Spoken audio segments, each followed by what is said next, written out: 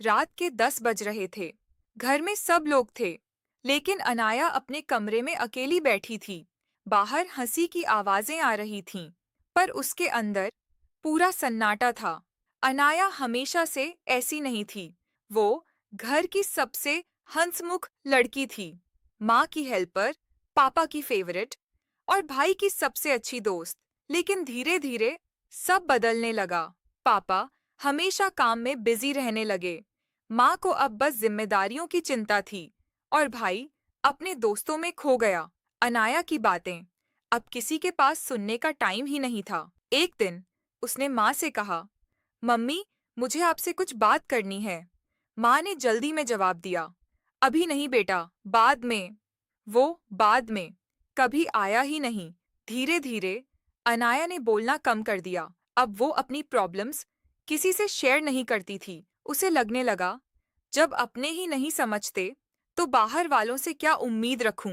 एक दिन घर में छोटा सा इश्यू हुआ और बिना पूरी बात जाने सब ने अनाया को ही गलत ठहरा दिया। उसने बहुत समझाने की कोशिश की, लेकिन किसी ने सुना ही नहीं। उस दिन उसके अंदर कुछ टूट गया। वो अपने कमरे में गई, दरवाजा बंद किया और पहली बार अपने ही घर में खुद को अजनबी महसूस किया। उसने मिरर में खुद को देखा और धीरे से बोली, क्या सच में मेरी कोई वैल्यू नहीं है? आंखों से आंसू गिरने लगे, लेकिन बाहर कोई नॉक करने नहीं आया। उस रात उसने खुद से एक फैसला किया, अब मैं किसी से उम्मीद नहीं रखूंगी। दिन बीतते गए। अब अनाया घर में रहती थी, लेकिन जुड़ी हुई नहीं थी। सबके साथ होती थी, लेकिन अकेली थी। एक दिन वो छत पर बैठी थी। सूरज ढल रहा था। आसमान धीरे धीरे अंधेरा हो रहा था। तभी उसकी नजर सामने वाले घर पर पड़ी।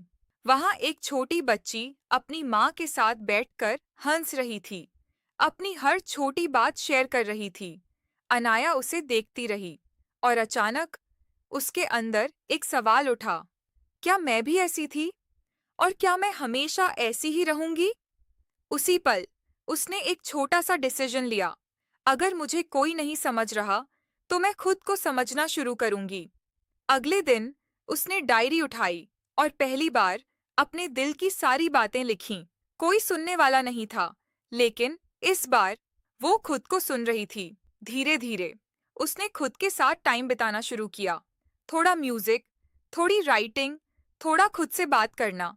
घर अभी भी वैसा ही था, लोग भी नहीं बदले थे, लेकिन हाँ, अनाया बदल रही थी। वो खुद को संभालना सीख रही थी। कुछ समय बाद एक दिन उसकी माँ ने पूछा, तू आजकल थोड़ी अलग लग रही है, सब ठीक है? अनाया हल्का सा मुस्कुराई और बोली, अब ठीक हो रहा है। इस बार वो किसी से उम्मीद नहीं कर रही थी, लेकिन खुद से भरोसा करना सीख चुकी थी।